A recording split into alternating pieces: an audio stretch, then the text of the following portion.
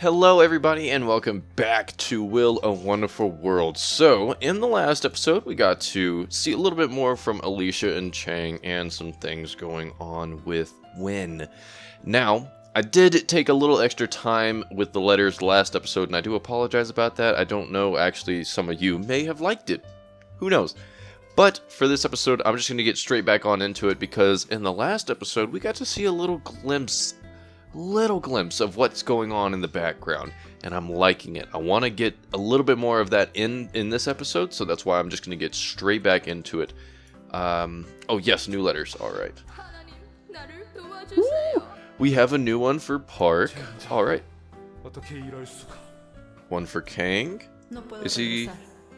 And one for Alicia. An 18-year-old boy. I don't know why it says A, because that is incorrect. So... no one's connected here. Oh wait, is he connected? Okay, he is connected with Park. I'm going to start with Park because I haven't had one from him in a little while. My name is Park Sang-gun. I'm 14 years old. I lived in a mental hospital. The vice president of the hospital was Dr. Lee Yun-suk.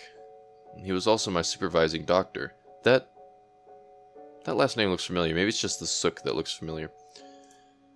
Ever since I had been sent here 2 years ago, he had been raping me. I used to cry out loud in my room and hide, but they would scream at me to shut up. I tried keeping a diary to relieve my stress, but I realized the nurses would read it behind my back. When I was feeling extremely desperate, I would pick up the pen that I wrote my diaries with and stab myself with it. Whoa. He's way too young to be having these kind of thoughts, and to be doing that to himself as well. I forced myself not to cry, no matter how painful it was. It was an exercise. After a while, I gradually became numb to the pain. This way, it would be less painful when I had to go to that room again. Most of the nurses in this hospital were women, but I did come to know one male nurse. His name was Lee Yong-chul. The other nurses said that he was the nephew of Lee Yun-suk, and that was the only reason he had got this job. Every Tuesday night, he would take me to Lee Yun-suk's office. He would then just wait outside until it was over. He would then bring me back to my room. One day, he noticed my scars. He could tell that those were not caused by his uncle. After he found out that I'd been hurting myself, he decided to confiscate my pen. Coward. He knew what his uncle had been doing to me. I also knew that he had read my diaries too. He was too afraid to stop his uncle, but he would take away my pen. I closed the door. I threw myself at his feet, held onto his legs, and began crying at the top of my lungs. As expected, he panicked and touched my head with his hands, trying to console me. Since that moment, he had become an ally of mine. As an ally, Lee Yun-chul would sometimes use his limited power to get me some small privileges. For instance, I could walk in the garden a little longer than the others. If I could hold on a little longer, maybe I could even find a chance to escape from here. Just when the tiniest hope was beginning to grow in my desperation, I heard a piece of horrible news. My mom had died. I overheard it from the nurses. None of them would even tell me the news to my face, but they would gossip about me behind my back, commenting on what a poor child I was. I didn't want their pathetic sympathy. I just wanted Mom. For the last 2 years, no one had ever visited me. Why had Mom never come to visit me? I knew why. It must have something to do with Dad. He sold me off first, kept torturing Mom at home, and prevented her from visiting me. He was not my dad. He was a bad person. A monster. I wanted to kill him. I pretended that I hadn't heard the news. Every night I would cover my face with my blanket so the nurses wouldn't notice me crying. God damn. In secret, however, I began to plan for my escape. Another Tuesday night. In a room without light, there was only pale moonlight. Is he rhyming on purpose? He and I, two people. Everything was exactly the same as 2 years ago, except for the lack of a sinister smell in the air. I had long given up the fight, so he no longer needed something like that to subdue me anymore. But tonight wouldn't be the same as usual. He didn't expect for me to pick up the chair and throw it at his head. Whoa. Good on ya! Good on ya, Park! He pushed me to the ground. Lee Yun-suk was outraged. He slapped me square in the face twice with both of his hands. What is with this music? It's getting jazzy in here for some reason. Is it because Park's getting sassy now? I fell to the ground. Everything looked like a blur, and I didn't have any more strength to fight back. The chair only broke the phone behind him. Actually, this music kind of reminds me of Cowboy Bebop. Just a little. I knew I had to be physically stronger to have a chance, but the horrible diet and the mental and physical torture I had been subjected to was only making me weaker and weaker every day. The door opened. I didn't have to look to know that it was Lee Young-chul. He had seen this scene countless times. He isn't feeling well today. Shall we wait until another day? Hey, pigs were flying. When did he start defending me? I chuckled twice, despite my bleeding lips. Who gave you permission to speak? Facing the rage of his uncle, the little bit of courage Lee Young-chul had mustered up crumbled immediately. He walked out of the room in silence and closed the door behind him. Nothing had changed. Lee Yun-suk took off his belt and gave me an unusual lesson. I'm assuming what I'm going to be able to change here is that Lee Yun-chul manned up to this dude and fucking saved my life or saved me from getting RAPE'd again. Followed by the usual routine. Yep. Yep. Nothing had changed. No, that wasn't true. Something had changed. I had changed. I was no longer that same kid from 2 years ago. Even though I couldn't really remember what I had been like back then. Nevertheless, I knew one thing for sure. Even if I became a pile of worthless human garbage, I would not stay here forever. I wanted to go home. I had to go home. God, do you hear my wish?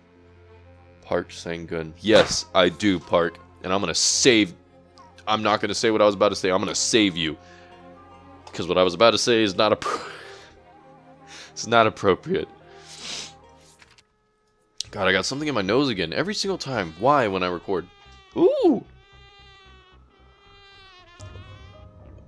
What is that noise? Was that like a mosquito or something? At first I thought it was some more jazz music, but I don't think so. I was still lying on my bed with my eyes closed. I could feel the breeze coming and going. Ooh, maybe this is before things went down with... I don't remember his partner's name. Before his partner got killed and before he got the alcohol poisoning. Or maybe this is when he's waking up in the hospital? I don't know. We shall see. The annoying mosquitoes kept interrupting my thoughts. Okay, yeah, those were mosquitoes then. Damn pests. I flicked the bloody body of a mosquito away like a small booger. Dinner time. Okay, so he is at the hospital. A small tray was pushed inside through the tiny window. A bowl of rice, a plate of cabbage, 2 pieces of fried chicken, and a banana. That actually sounds like a pretty good meal. Why do I only get 1 piece of... What? Why do I only get 1 piece of chicken? It literally says 2 pieces. Excuse me?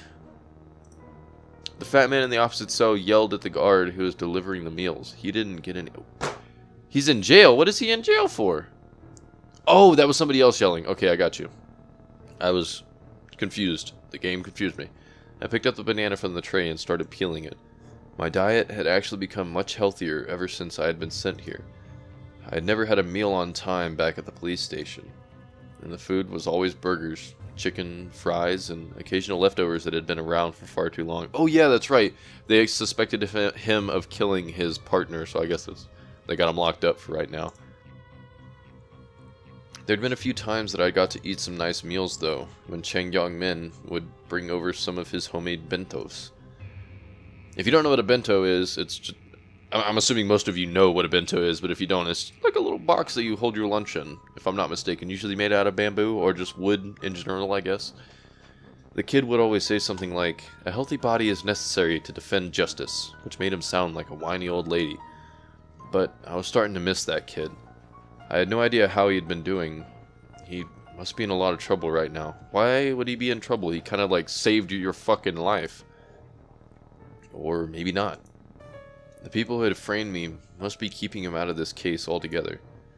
What had happened to Min Jun was all my fault.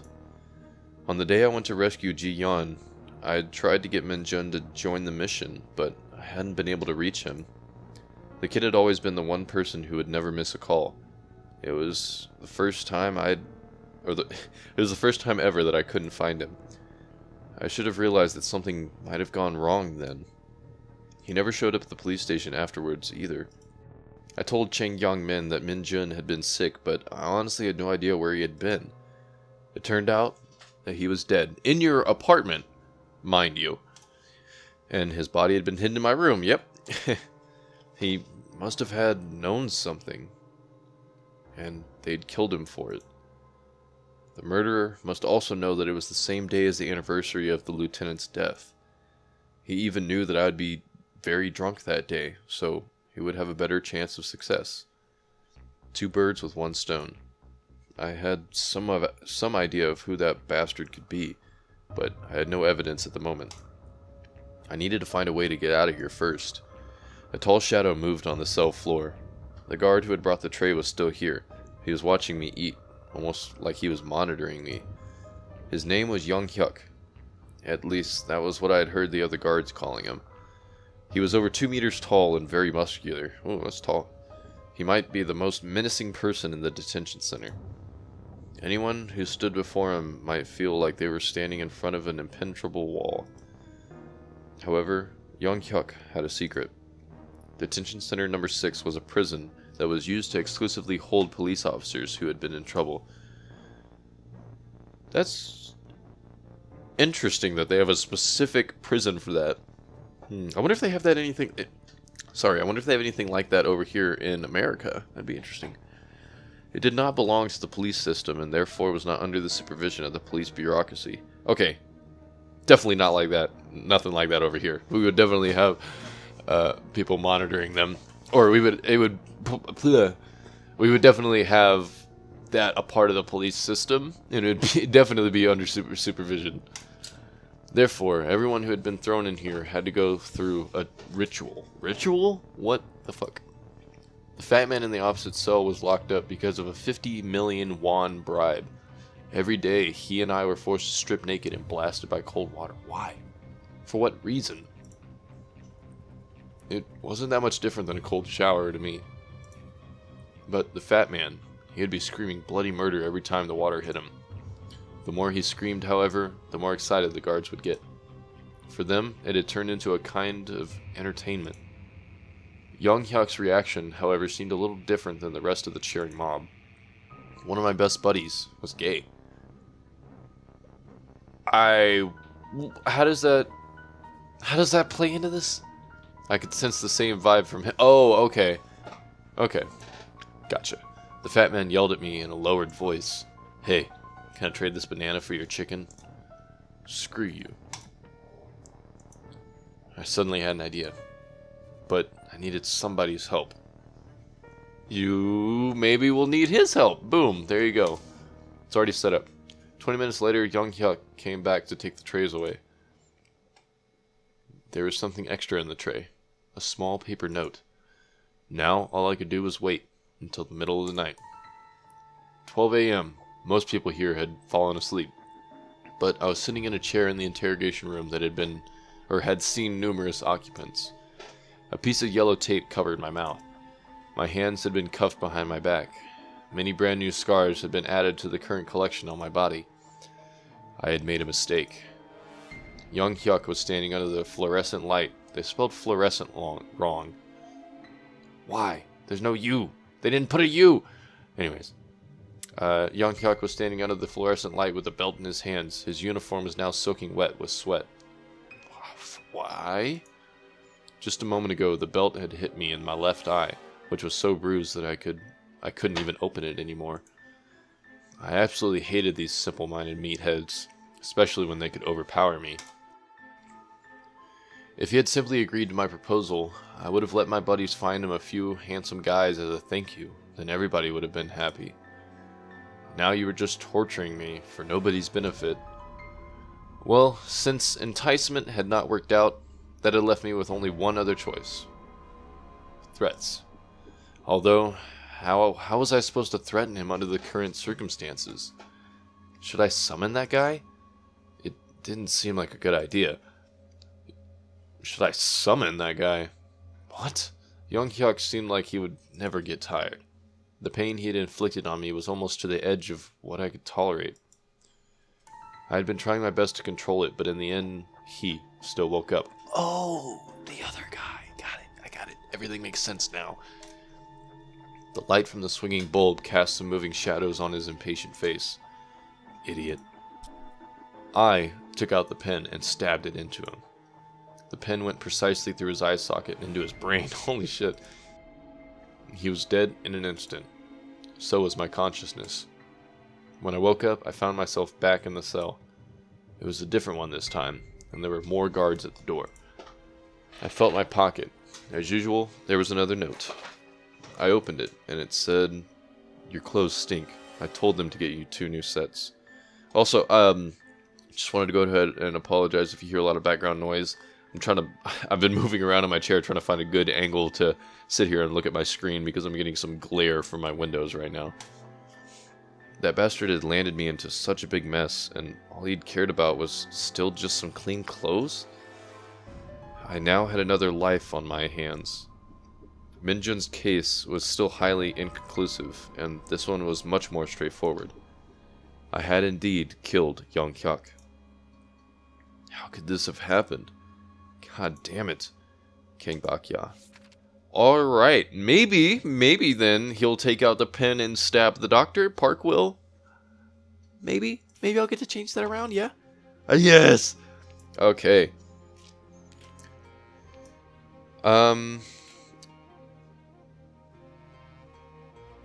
Let's actually just see here.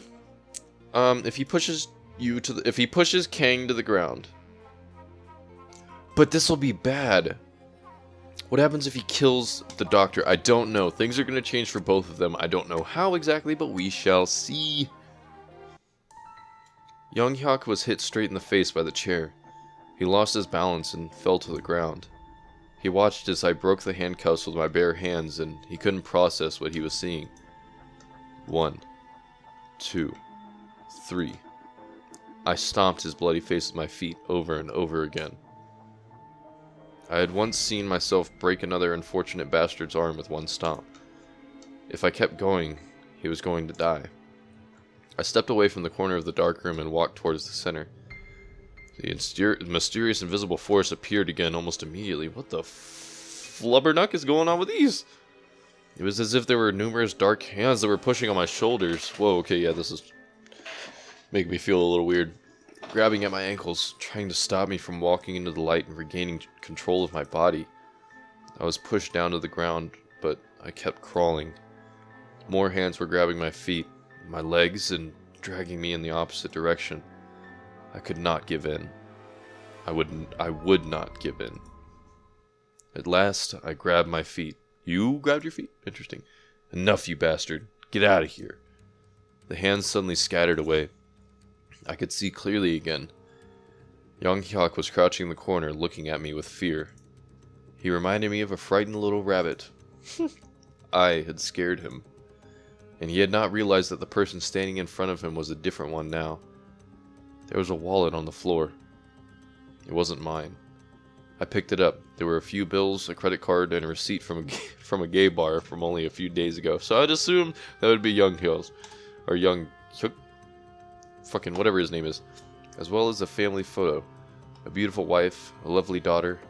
What a happy family. Why the quotation marks? Why the quotation marks? The happy lady surely had no idea of the secret life that the husband and the father of the family had been leading. What is the secret life that he's leading? The little rabbit had no other choice. What's this? You can't just leave it at that, Kang. What are you doing? What secret life is this dude leading? There's so many open ends that they're fucking leaving in this game. I mean, they'll probably be explained down the road, but why? Why so far down the road? I plunged the pen deep into his throat. He stumbled back, pulled out the pen, and threw it on the floor. Lots of blood was gushing out of the hole in his neck. Fucking finally, Park. You should have just done that dude in to begin with. I could see that he wanted to kill me very badly. However, with one hand covering his wound, he tripped and lost his balance, making a mess of his office. Soon he was lying on the floor with his eyes wide open, but he was no longer breathing. He was dead, but that was too good for him. Before anyone noticed what had happened, I quickly searched the entire room. I found his hospital keycard, some cash, and a Swiss Army knife. I ripped his clothes and pants off of him, and put them on myself so that mine wouldn't get bloody. Then, I cut his thing off, wow. Well, alright then. And stuffed his evil precious into his mouth. Okay, Park, I think you took it just a little too far. In that moment, I felt so relieved. I bet you did, but still, just a little too far. Even the air in this room felt suddenly cleansed. Ugh, that's a weird way to put it, but I opened the window and slid along the rain pipe down the building. The security guard on duty was watching TV in his office at the main gate. How were you able to just open the window? Usually those places have bars on all the fucking windows. I don't know. I ducked down and snuck past his window, opened the main gate with a swipe of the key card, and ran outside. Finally, I was free. Finally, I could go home. I walked all the way home with the flimsy clothes I was wearing. I walked past Alex's seafood store. I walked past Sumi's family bakery. I walked past the tobacco and alcohol store that had forgotten to lock up. I picked up the most expensive bottle of vodka from the shelf. It was for my dad. I hope you mean that you're going to hit him over the head again and not give it to him. Twice a week, 8 times a month. Multiplies by 12, 90, 96 times 2, 192. What the fuck? What math are you doing? So, twice a week, 8 times a month, times 12 is 96, times 2. So for 2 years, I get it now. So 192 times he had been raped. Let me round it up to 200. Round it up to 200. I was walking briskly. At the same time, I was quietly calculating how many times Mom had been hit by Dad for the past... Oh! I was wrong. Okay. Just as an estimation. It was almost sunrise when I finally saw my familiar yet strange home. As I expected, Dad was sound asleep. I changed into Mom's favorite coat. Then I went into the kitchen and picked up the knife that Mom used to cut meat. At last, I came to my dad's bed. Dad, I'm home. Yes. Okay, I know it's very bad to condone murder, especially for a kid, but go Park. Holy shit. Fucking keep good on you, man. I know I keep saying that, but good fucking on you. 1, 2, 3. 66, 67. Oh, he's literally slicing or stabbing him 200 times. I dig it. I dig it. I'm loving it. I'm loving it. The whole screen's gonna be red by the end of this. The sound of the knife going in and out of his body was almost turning into a musical melody. 122, 123, 124, 199, 200. Blood was splashed all over the bed and the floor. It was disgusting. I sprinkled the vodka I brought home all around the bed and the room. Oh, he's gonna set that bitch on fire. Then I lit a match. Bye, Dad. Bye. Mom. The small flame was jumping and growing and becoming bigger and bigger. This is an awesome photo of Park here. He looks like a young Light Yagami almost. If y'all know who that is. If y'all don't, give him a look up. In the end, it grew so big that it swallowed this place I used to call home.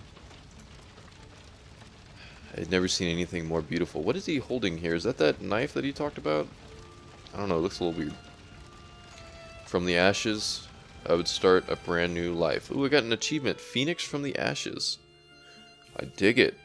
I dig it. Rank S ending for both of them. Alright. Well, that does make this episode a little bit short, but I don't know how long Alicia's letter is going to be, so I'm just going to end this episode here and record another one, because why not? To get a little bit more done so I'm not behind on my videos like I fucking have been recently, which I apologize about, and I know I keep apologizing about it, but you know what? I'm just going to stop apologizing about it, and I'm just going to do something about it. I'm just going to get this shit done. I can't keep putting this shit off. Anyways, that's speech for myself, not for you guys. So thank you guys so much for watching. I hope you enjoyed this video, and I hope you enjoyed my last videos, and I hope you enjoy my future videos. Bye-bye.